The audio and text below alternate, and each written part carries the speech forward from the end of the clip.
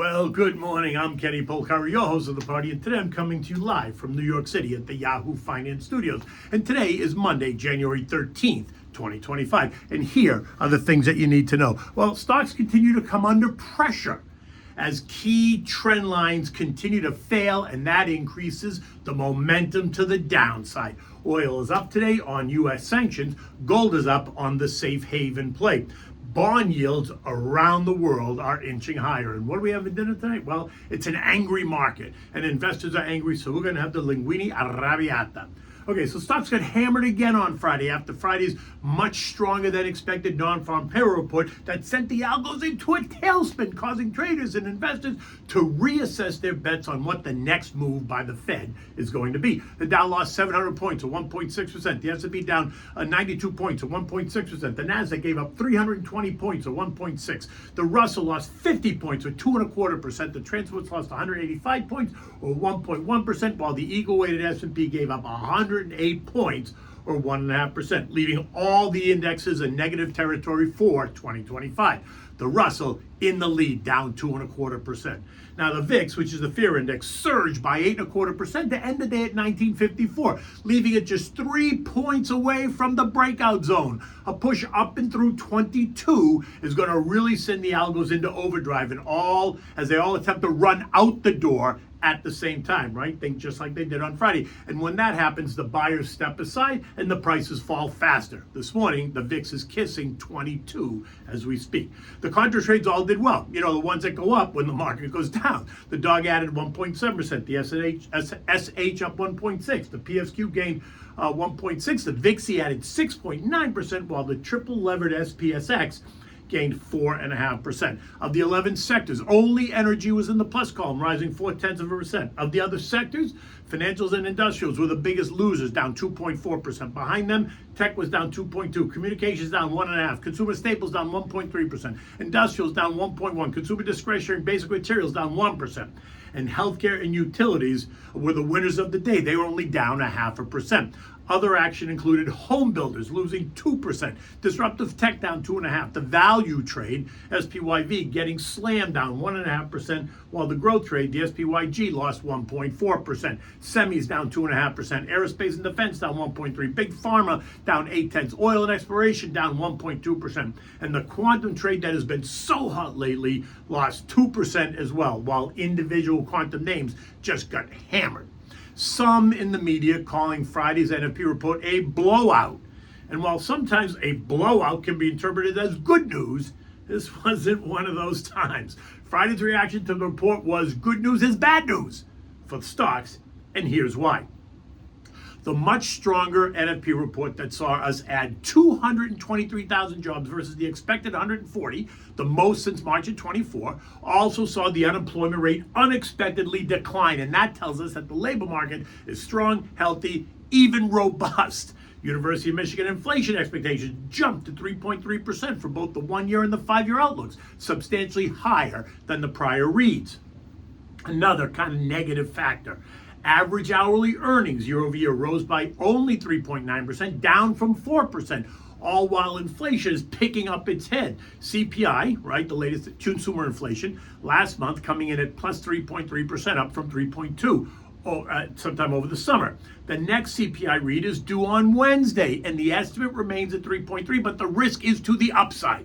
Remember, we've seen the PPI move higher over the past 3 months, and the next reading is Tuesday. And guess what? Prices at the producer level are expected to surge higher again. The estimate for PPI year over year is plus 3.5% versus last month's 3%. And the PPI ex-food and energy up 3.8% versus last month's 3.4%.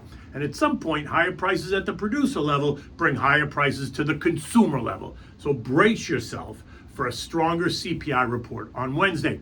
We can only hope that stronger PPIs and CPIs might finally force that team down in Washington at the FOMC to wake up. Let's be clear, prices are not going down right now. So I have to ask once again, why exactly did the Fed cut rates by 100 basis points or 1 full percent in the final quarter of the year?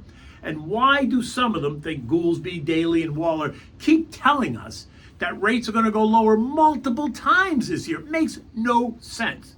Remember, I'm in the no-cut camp. And I think the risk is that rates will need to rise before year end. The idea that he told us that the labor market was weakening reminds me of that it's transitory argument. How'd that work out?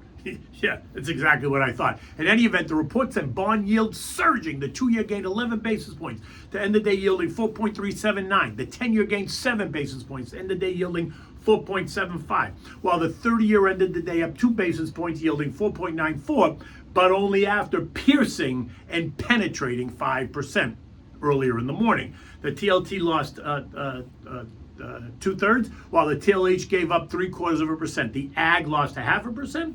The 3 bond ETFs are also down on the year, down 2.1%, 1.9%, and 0.5% respectively.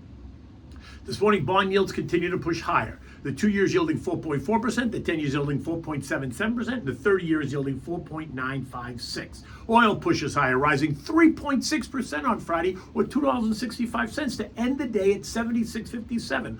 On Friday, the U.S., right, the Biden administration imposed the most aggressive sanctions on Russian oil producers and 183 vessels that transport Russian oil in order to punish Vlad and further diminish the oil revenues that Russia uses to fund its military activities in Ukraine. By implementing these sanctions, the U.S. aims to disrupt Russia's oil exports to countries like China and India, compelling refiners in these regions to seek alternative sources from the Middle East, from Africa, and from the Americas. The shift is expected to increase oil prices and freight costs, only adding anxiety to the already inflation narrative. Higher energy prices affect all aspects of global economy, so Friday's sanctions only amplified the stronger NFP report, and that only amplified the inflation narrative. All right, we've now broken the October high of 76.41, and that means the algos are going to push oil to test the July high of $80 a barrel. Now, it's all about the momentum. It's not about Chinese demand or U.S. stockpiles. It's just about the chart and where the MOO guys now want to take it. Remember, recent headlines have all been about that waning Chinese demand, which should send oil prices lower. And by the way, usually does. But the story now is all about the charts and how the algos respond. Demand is just fine, and I've been saying that for a while. And so it starts weakening, gold moves higher as investors play the safe haven game, seeking refuge in a risk-off environment, all because of renewed uncertainty over inflation and the next Fed move, right? The sense is that all this chatter about multiple rate cuts in 2025 is all but DOA after the latest non-farm payroll report and signs of brewing inflation. And with the new administration only days away now, there remains much uncertainty about how this all settles out and really plays out. While higher rates are usually not good for gold, the volatility that is expected in stocks due to a confusing Fed narrative does help support the idea of holding more gold, because in the end, a safe haven is just that, a safe haven, and gold is gold, right? U.S. futures continue to weaken, and it looks like it's going to be another uncomfortable day. At 6 o'clock this morning, Dow futures were down 160, the S&P is down 55, the Nasdaq was down 300, while the Russell was down 30 points. Like oil, this is now a momentum story.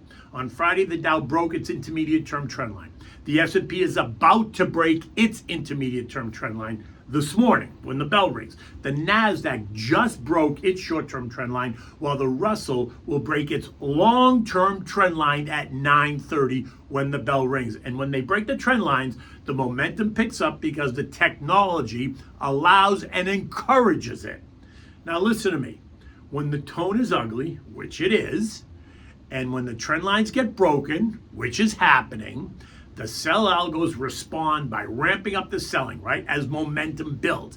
Human buyers know this, and the buy algos are programmed to know this. So what do? And so they pull back their bids and they move lower, creating a void in prices so that prices fall. And yes, is it uncomfortable? Absolutely.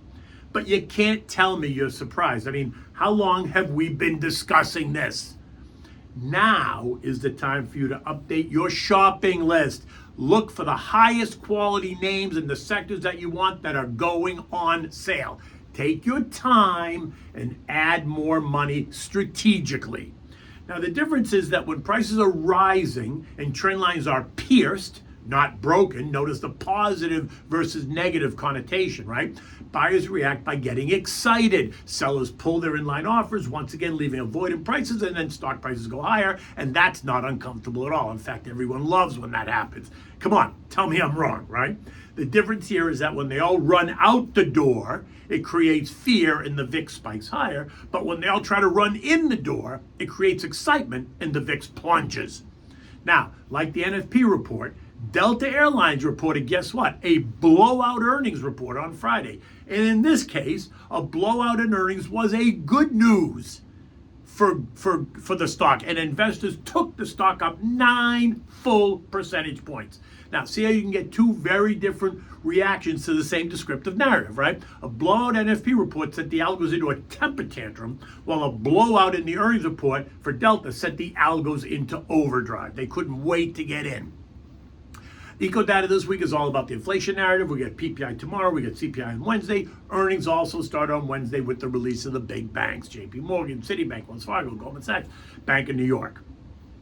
European markets this morning were all lower. Italy was down 1%. The UK is down only 0.3%. The story continues to be about the bond market and global bond yields, all right, because that's what's affecting all these markets. The rise in U.S. Treasury yields and the rise in the dollar is raising borrowing costs around the world. UK gilt yields continue to rise. German bund yields hit their highest level in 6 months. Italian, French, and Spanish bond yields also all higher. Again, it's just Econ 101. So if you missed it, you should go back and take the class. The S&P ended Wednesday at 5827, down 92 points. That 81-point gap from 57.83 to 58.64 created on November 6th that I have been discussing is likely to get filled on the opening today. The S&P needs to trade down to 57.83 to fill that, but that may not be enough to stop the bleed. We could see the S&P continue to trade down to the 57.20 range, which, by the way, would be 6.5% off the high, still well within the normal trading range. And while the indexes are not on fire, individual names may be. So make sure, again, that you update your shopping list and get ready to pounce. Remember, staying focused, managing your risk, sticking to your plan always helps. History demonstrates that a well-planned, long-term focused and diversified plan can withstand virtually any market surprise and related bouts of volatility. Any questions, you can certainly give me a buzz. You can go to the web, look us up at slatestone.com, click on the Contact Us page, put KP in the message box. I am happy to reach out to you to discuss the investment portfolio and any questions you might have concerning kind of market action, what you need to be concerned about or not concerned about, or maybe some uncomfortableness that you're feeling. Anyway, the markets are angry, investors are angry, and the algos are ready to blow up, right? So what are we doing for dinner tonight? We're going to have the linguine arrabbiata. Now, in keeping with the theme today, the arrabbiata sauce is a southern Italian tomato sauce that gets its kick from the crushed red pepper. In fact, arrabbiata means angry in Italian. You can use this sauce over pasta. You can use it over meats. Today, we're going to use it over linguine, so let's eat. Now, for this, you need olive oil, an onion, garlic, red wine, sugar, crushed red pepper, or chili peppers if you want it hot, hot, hot. You need fresh lemon juice, oregano, salt and pepper, crushed tomatoes, tomato paste, and chopped parsley. Bring a large pot of salted water to a rolling boil on the back burner, just so you have it when you need it. Now, in a large saute pan on medium high, you're going to heat up some olive oil, and then you're going to add in the garlic. Saute it a bit, but you don't want to burn it. 3 minutes or so. Now add the sliced onion and saute that until it's soft, maybe 5 to 8 more minutes, right? Next, you're going to add a half a cup of the red wine, a half a tablespoon of sugar, freshly squeezed lemon juice, about 1 tablespoon. You need oregano, you need a bit of tomato paste, like a tablespoon, and 28-ounce can of kitchen-ready crushed tomatoes. Not puree, just crushed tomatoes. You need crushed red pepper or the chili pepper if that's what you prefer. You want to bring it all to a boil and then reduce it and simmer it, let it cook for 15 or 20 minutes. Now, after that, you're going to add the linguine to the boiling water, and you're going to cook it for 8 minutes or until it's al dente.